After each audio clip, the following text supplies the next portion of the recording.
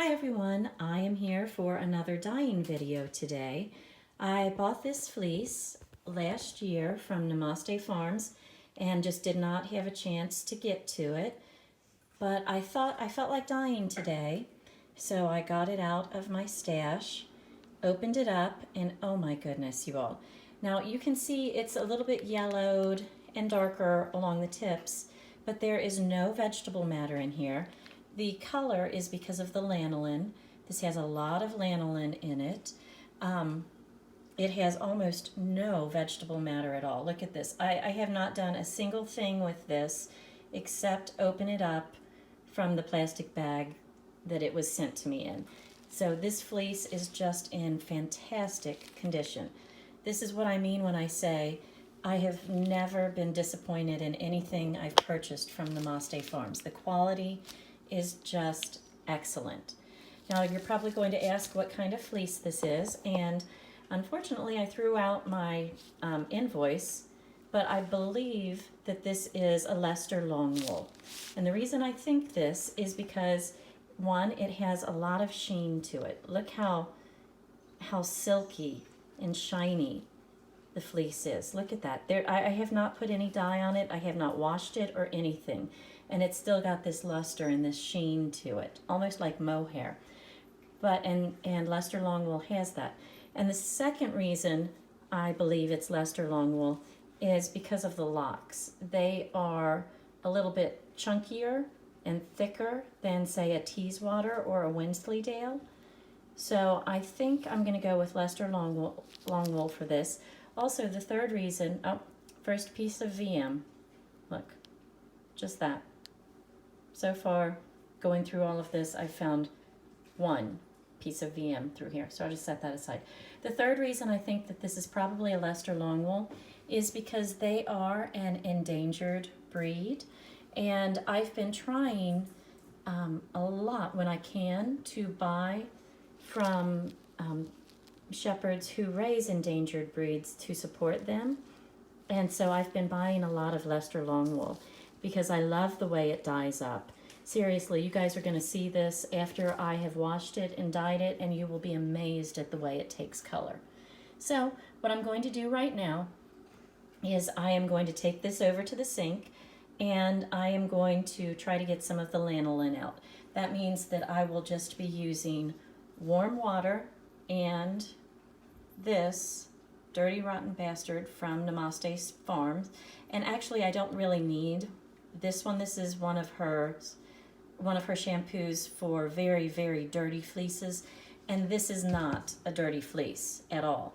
This is just, I mean, in beautiful condition. But the reason I'm using this instead of my Power Scour from Unicorn, and I might use some of this too, I don't know, is because it's got, it also helps prepare the fleece to absorb dye better. So I'm going to go ahead and wash it. I'm not going to film that part because I've already filmed a video on dyeing or on washing fleece.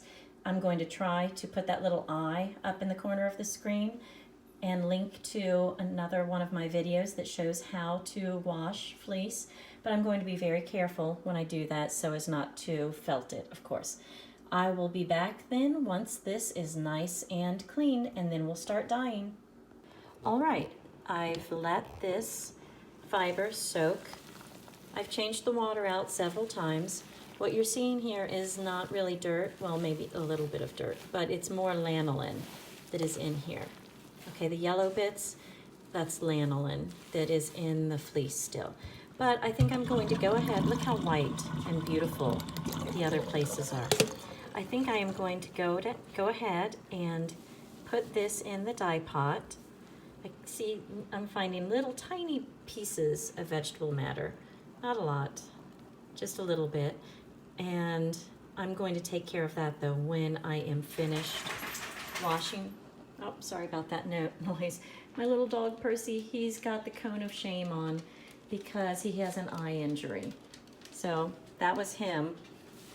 But anyway, I think I am going to go ahead and just put this in the dye pot. I have to rinse the soap out of it first. You see that few bubbles of soap, so I'm going to rinse it first. And I'm feeling like doing very, very pale blue. So today's my day for doing pale colors because I have, which I'm showing you in another video, I have 2 dye pots on the stove, and one is doing a very pale pink here, and this one is going to be my pale robin's egg blue. So I'm going to rinse the fleece, and then I will get back with you. All right, so I am using about 1/4 teaspoon of robin's egg blue.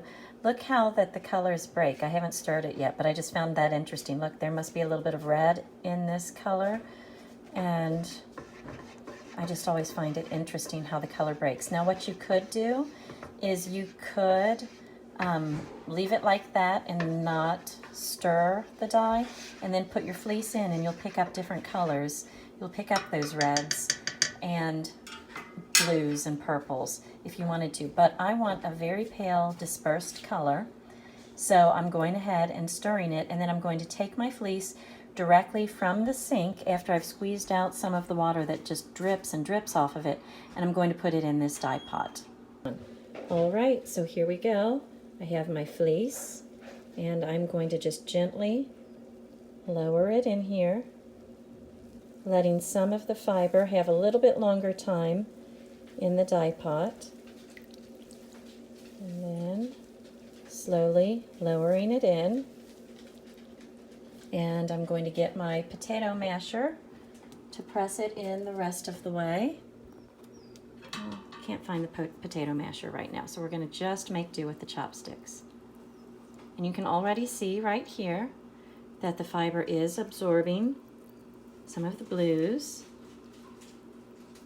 And I may or may not add another color to this. I don't mind at all if there is some white still left in here. See, I didn't pick out all of the vegetable matter yet because it'll depend on the preparation method. I know I don't really want to open up the locks, but I'll leave that in there for now. Okay, so let's check the water. It looks like there's still a little bit of blue in there, not much, but a little bit still in the water. So we're going to let it sit and absorb as much of the blue that we can that it can. Be back in a few minutes. All right, so it's been about 20 minutes that we've been letting this sit, and look at it. It's very pretty. That's such a nice light blue in there. And still we have some white spaces right here. It's a nice white. This is a little bit of discoloration in the fiber due to the lanolin not being completely out, or also being out in the rain. So what I might have to do is add a little bit more dye to areas like this. Check these out because I don't want that yellowing color to show through. But for the most part, I really think this is a beautiful, subtle blue and nice variations on the blue. Let's see if the dye has been exhausted. Oh, look at that. It's so pretty. And yes, it has. So I'm not surprised by that, but I think I will add a little bit more dye to spots that are like this. Okay, so what I'm going to do, I only have a little bit of this left. So what I'm going to do is just sprinkle it over the areas where I think it needs a little bit of help. So there's a little. And I have another packet, but it's not open yet. And I think the dye I have in here, actually I'm just going to sprinkle it from the package. I think the dye I have in this package will do the trick. There we go. Adding some into the water too. And what this will do is it'll create some nice darker blue areas as well, which I love. So we'll have different tones of colors going in here.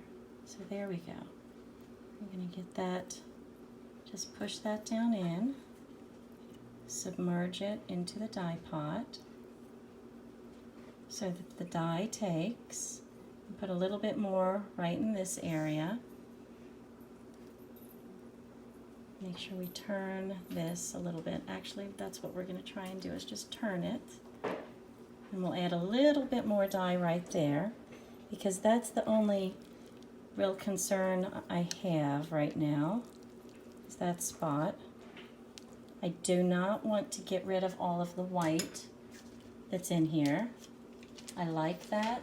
So what I might do, if this doesn't take, or if I want to say preserve a little bit more of the white, is that I will just rewash or rescour the fleece, because I didn't let it soak as long as I normally do. But there we go. There we go. Okay, so we're going to let this sit some more. And we'll be back in about 15 minutes. See what happens.